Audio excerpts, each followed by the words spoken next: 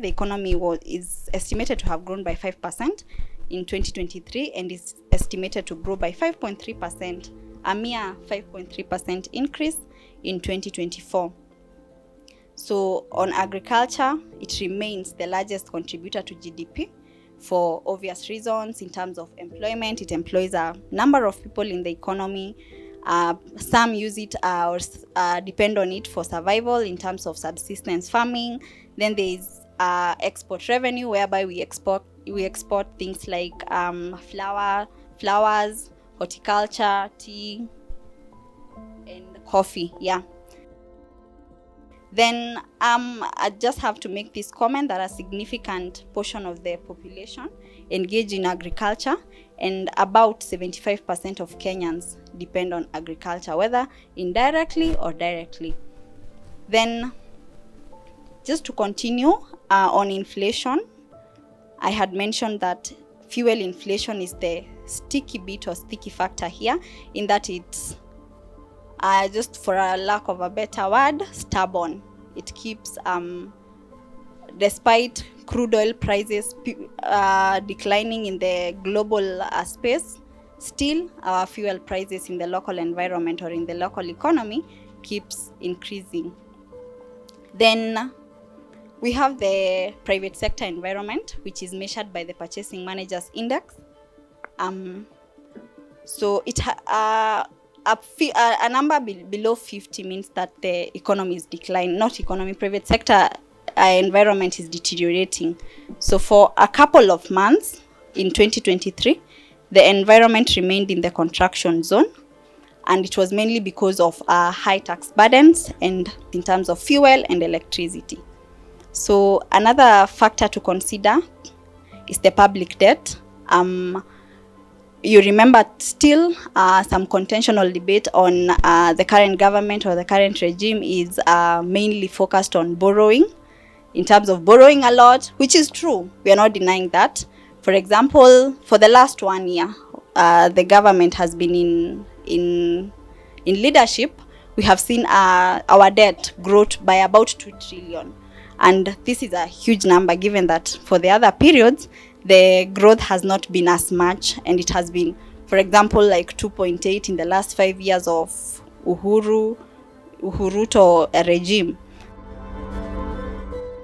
I'll just jump straight to the interplay between economic trends and government policies. I looked at a couple of policies in terms of tax policies, public debt policies, that is the fiscal agent. So for the fiscal agent, we have the bit on taxation, and that is revenues, and we have the bit on expenditure. So if the revenues collected do not align or do not compensate the expenditure, we have to borrow. So that's where the fiscal deficit comes in.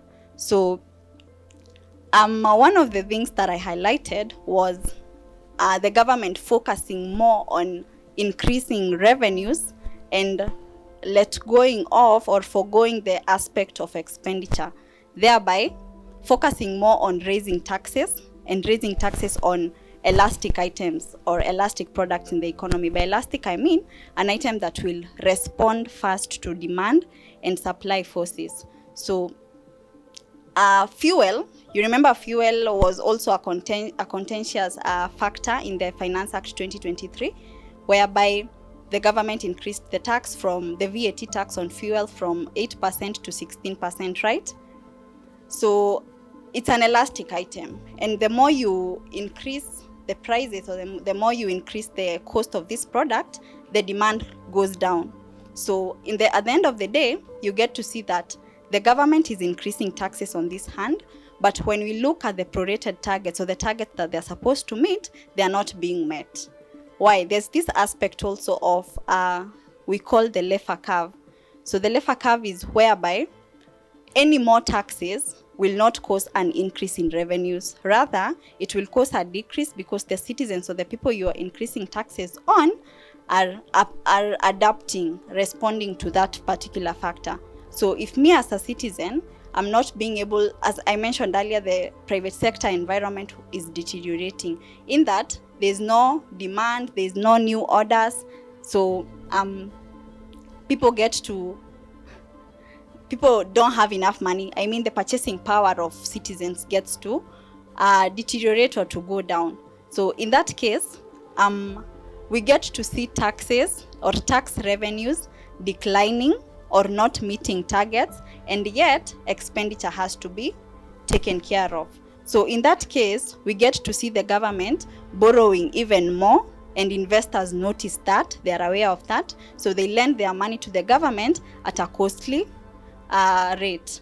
So we get to have a government that we are borrowing to pay, and we are borrowing at a costly level.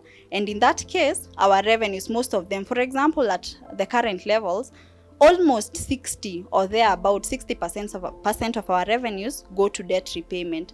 So in this case, you have 1 shilling as collection in revenue, 60 cents of it goes to debt. Then 40% remains for recurrent expenditure for the government, as well as development and all other necessities that the country needs. So my focus now will be on tax policies and fiscal policies, given that this is a major issue in the country, and yeah, it needs to be addressed, and people focus more on the revenue side or the tax collection side, and let go or ignore the part on expenditure.